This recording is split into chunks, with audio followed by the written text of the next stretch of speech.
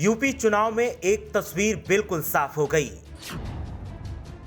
मायावती की सियासत अब बीते दिनों की बात बन गई है। अब सिर्फ योगी और अखिलेश यूपी में दो ही नेता बचे हैं। मायावती के पास न ताकत बची न संगठन। आने वाला समय बीएसपी के लिए खत्म समझो। राजनीतिक रूप से देश के सबसे बड़े सूबे उत्तर प्रदेश में क्या मायावती और दलित राजनीति का अंत हो गया है? इसकी आहट तो चुनावी नतीजे आने से पहले ही मिल गई थी, लेकिन नतीजों ने इस कयास पर मोहर लगा दी है।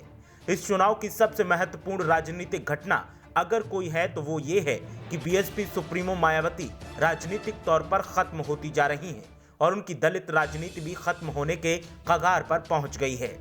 मायावती आखिर खुद क्यों अपनी ही सियासी ताकत को खत्म करने में लगी थी? इस सवाल का जवाब आपको इस खबर में मिलेगा। लेकिन माया के पॉलिटिकल सुसाइड की सच्चाई जानने से पहले थोड़ा अतीत की ओर जाना होगा। कैसे बहन मायावती एक सरकारी नौकरी की चाह रखने वाली आम लड़की से देश के सबसे बड़े सूबे की मुख्यमंत्री बनी थी और फिर किस तरह बीएसपी ने प्रदेश में अपनी जड़ें जमाई रखी। अपने राजनीतिक जीवन में मायावती का संघर्ष सच में बहुत बड़ा माना जाता है, लेकिन दशकों की राजनीति के बाद आखिर ऐसी क्या मजबूरी है कि मायावती ने खुद की पार्टी को इस स्तर पर लाकर छोड़ दिया है? विश्लेषकों का मानना है कि मुख्य रूप से दलितों के समर्थन से तैयार हुआ मायावती का सामाजिक ताना बाना अब उन्होंने खुद ही खत्म कर दिया है। नतीजतन देश की पहली दलित मुख्यमंत्री बनने वाली 66 साल की मायावती इस चुनाव में अपनी सियासत के निचले पायदान पर पहुंच गईं। बीएसपी का वोट शेयर 2017 के 22.33% से घटकर 12% पर आ गया है। 2012 के चुनाव में मायावती की बीएसपी को 26% वोट मिला था और 2017 में जब बीजेपी ने एक तरह से पूरे यूपी में विजय पताका लहराई थी, तब भी मायावती को 19 सीटें हासिल हुई थीं। आइए आपको 4 बड़े कारण बताते हैं कि यूपी में मायावती और बीएसपी की सियासत की ये गति आखिर क्यों हुई। दलितों ने बड़े पैमाने पर खुद को हिंदू वोटर के तौर पर स्वीकार कर लिया। मायावती का जमीन पर न उतरना उनके वोट बैंक को सरका चुका है। बीएसपी में संगठन की कमी, पार्टी का अत्यधिक केंद्रीकृत ढांचा जनता से दूरी बना चुका है। सपा से दूर रहने वाले वोटर का मजबूरी में बीजेपी के साथ चले जाना। तो ये वो कारण थे जिनकी वजह से बीएसपी ने अपनी सियासी ताकत ही खो दी। चुनावों की घोषणा से काफी पहले ही लोगों ने बीएसपी को बीजेपी के बी टीम कहना शुरू कर दिया था।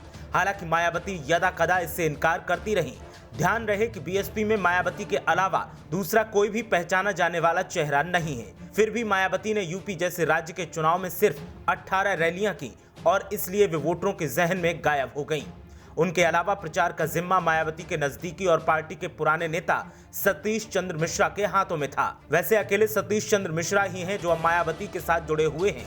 इससे भी वोटरों के बीच में एक संकेत गया कि बीएसपी पर सतीश चंद्र मिश्रा का कब्जा हो गया है। पार्टी के तमाम नामी चेहरों ने मायावती का साथ छोड़कर समाजवादी पार्टी का हाथ थाम लिया था।